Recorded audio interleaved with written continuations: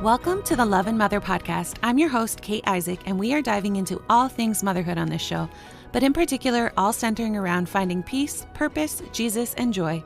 Modern mama culture focuses on the hard and the hot mess, the overwhelm and the distraction, but I am here to point you to an easier, better way.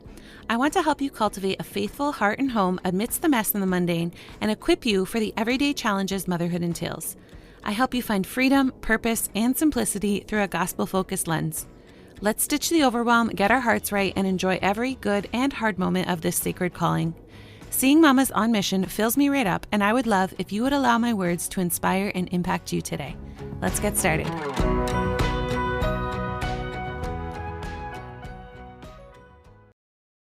Well, hello, beautiful mama, and welcome back to another episode. This is episode 34, and today we're going to be talking about finding margin time for rest and renewal. So I'm going to start off with a quote.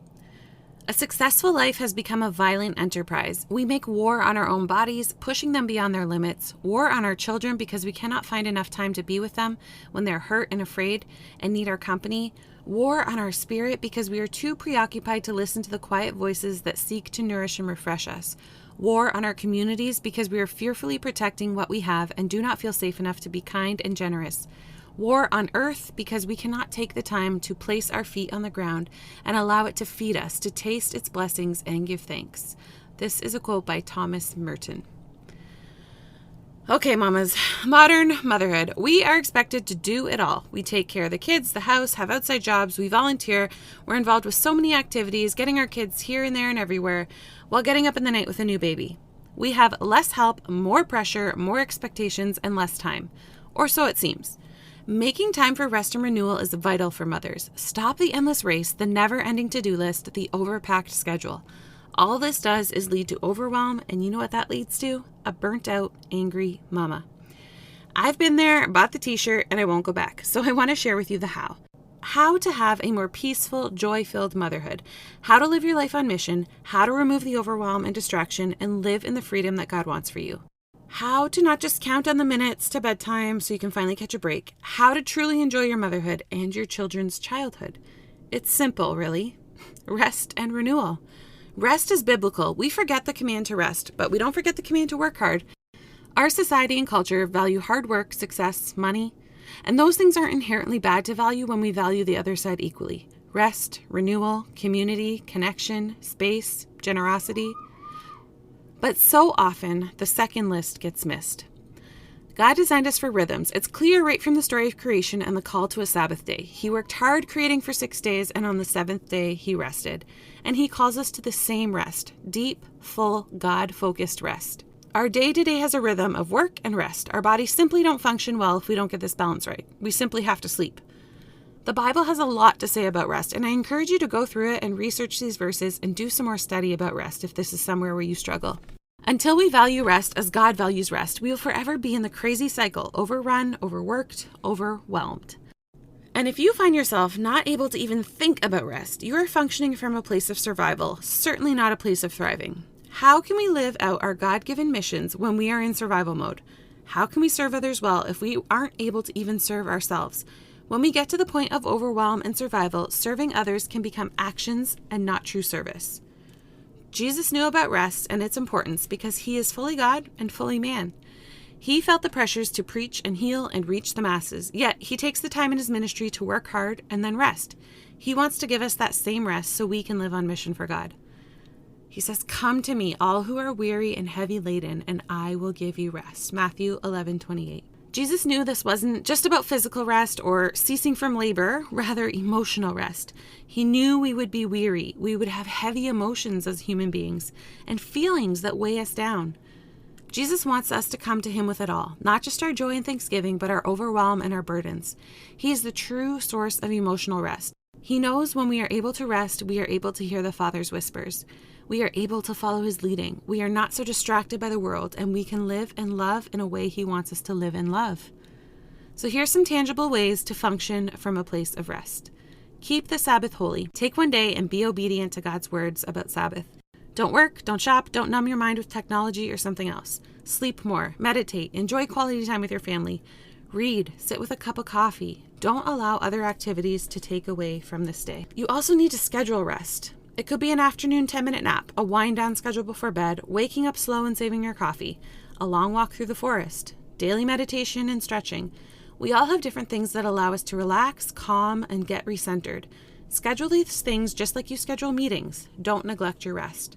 This always means you have something to look forward to, no matter how crazy busy your day or your week was. Align your priorities. As a mother in 2021, we all have our unending to-do list. Knowing how to prioritize this to-do list is an important part to scheduled rest. If we are always trying to cross everything off, we will never have that margin for rest. I have something called the Free Mama Focus 5 for the week and a smaller Focus 3 for the day.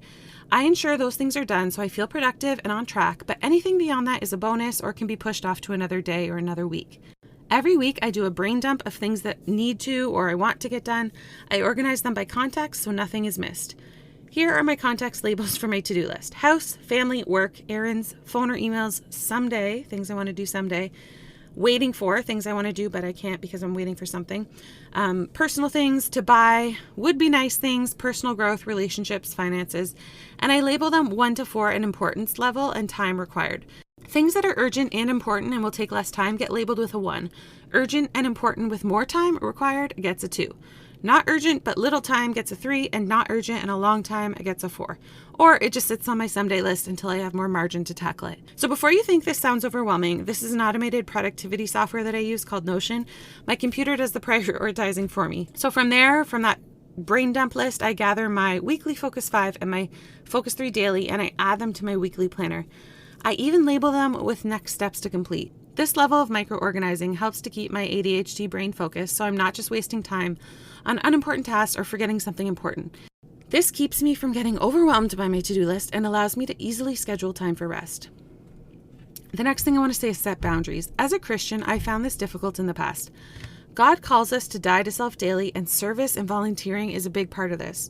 But I don't think God wants us serving to the point of overwhelm or physical exhaustion, because then it becomes a legalism thing and not a heart posture. Or worse, we are serving or volunteering in a holier-than-thou way to keep up an appearance God never desired for us. You do not have to say yes to every ministry opportunity and every way to help someone. You do not have to sacrifice your mental health or family for the sake of service. Your family is your first ministry. Your health is a priority so you can continue to serve for years to come and not function from an overwhelmed survival mode. You do not have to be instantly available and answer every text or phone call immediately. People have more access to us than ever before in today's culture. But that doesn't mean we have to be available for anything, for everyone at a moment's notice. Another way we can really prioritize rest is asking for help. Delegation is a huge part to a balanced motherhood. We often take on the majority of the responsibilities in our home. But communicate your needs to your husband and raise capable children. You are their mom, not their maid. It is one thing to love and care for your family from a place of loving sacrifice. It is another to do it out of resentful responsibility. Especially if you work outside the home. Look around. Is everyone else relaxing while you're cooking and cleaning? That's not a healthy family picture. Husbands often need some direction and prompting, but are happy to help. They love you. Kids love routine and feeling like they can contribute. Make a big deal about it and celebrate their help. They are willing. We often take all the work on ourselves and then kids get used to it. I'm going to save more helpful hints for delegation to another podcast, but a good place to start is a family meeting where you communicate the home tasks, allow the kids to pick which ones they can help with, and just make sure you're all communicating weekly so you know what is expected for the week. Another one I can't fail to mention is enjoy God's creation. Nature. It is so good for the soul. Some of us like the great outdoors more than others, but I think it's fair to say we can all enjoy the beauty of a sunset or a waterfall. There's so much evidence that being in nature relaxes us, boosts our mood, gives us more energy. Take advantage of that beautiful gift. Take in all of your Creator's beautiful gifts that He has given you to look at, to feel the wind on your skin, to breathe in the smell of sweet flowers. Enjoy God's creation. Take time for this every day. So, moving from nature to screen limits, let's talk about the opposite side of the coin here. Check your screen time often and see if it aligns with your priorities. This is a time suck that only modern mothers have had to deal with. Check your motives with social media. Check your mood after scrolling. Screens are a tool and a source of entertainment, but don't let them distract you from your real life. Healthy screen limits are so important to your overall well-being, and scrolling Instagram for hours is not biblical rest. That's called distraction. So, mamas, I just want to remind you, rest is necessary. It's not an option. It's okay to strive for a well-lived and full life. But so often our priorities are not right, and we end up with an overwhelmed, distracted life in the process. That steals the peace and joy from our day-to-day actions and our relationships. So make sure you prioritize rest. I hope you take some of these helpful hints to heart and can live a more balanced, full, and beautiful life on mission. Thank you, mamas, so much for being here today. You can find the show notes for today's episode and all my other podcast episodes at lovemotherblog.com. Specifically for today's episode, lovemotherblog.com/episode 34. That's the numbers 34. If you would just take a quick moment to scroll down, if you're on iTunes or wherever you're listening, and just leave me a rating and a review. It helps my podcast so much and helps just to reach other like-minded mamas. And I know there's mamas out there who need to hear this message. So it would just be so helpful to me if you share it with somebody, and definitely take the time to leave a rating and review. That would just fill my heart up today. Thank you, mama, and we'll connect again on the next episode. Be blessed.